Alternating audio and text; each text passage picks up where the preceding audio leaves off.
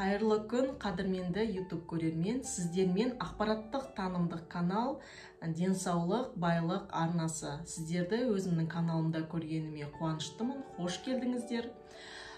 Бүгінгі айтып өтетін тақырып, қазір күз келді, көп адамдардың денсаулығы сыр беріп, аяқтан су өтіп, бәріңіз білесіздер, аяқтан өткен су төбеңізден бірақ шығып, бүкіл ауруларды қоздырып жіберуі мүмкін. Сол үшін әрқашанда аяқты жылы ұстаңыздар.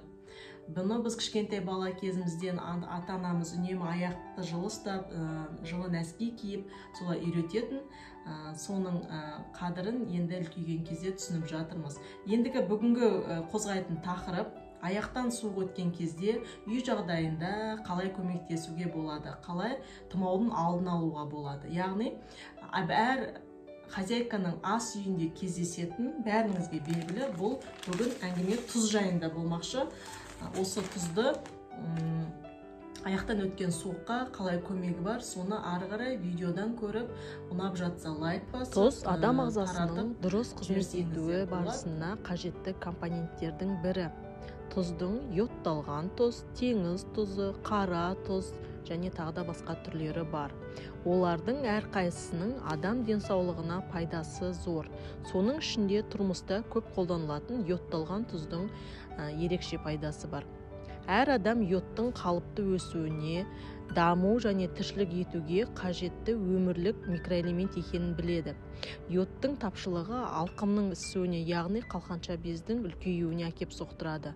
Егер йод тапшылығының орнын толтырмаса, қалқанша бездің гормондарды өндіру қызметі бұзылады.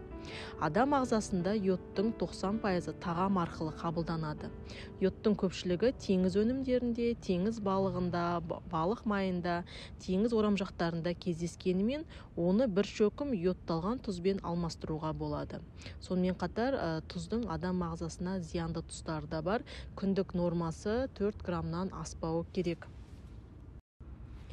Ал енді кезекте бағанадан бері айтып жатқан аяқ суықтаған кезде аяғымызды жылы суға және тұз бен йод қосып, қалай біз суықтаудың алдын алуға болады, сол жайында. Бұл әдіс суықтаған кезде сол заматта суықты ең қуатын мықты көмекшілер. Оны қолдану жолы біреу ғана, ал көмегі ұшан теңіз. Аяқтан су немесе сыз өтсе, денеңіз қатты тоңғанда, жаңбыр астында қалып қойсаңыз, ауырып қалу қаупі көбейеді.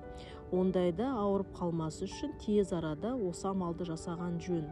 Балалардың мұрнынан су ағып немесе мұрындары құрғап, тұмаудың алғашқы белгілері бастағанда да осы амал жақсы көмектеседі. Бұл кәдімгі булау. Аяқ күймейтіндей, бірақ қызуы бүкіл денеге тарайтындай ыстықтау су керек.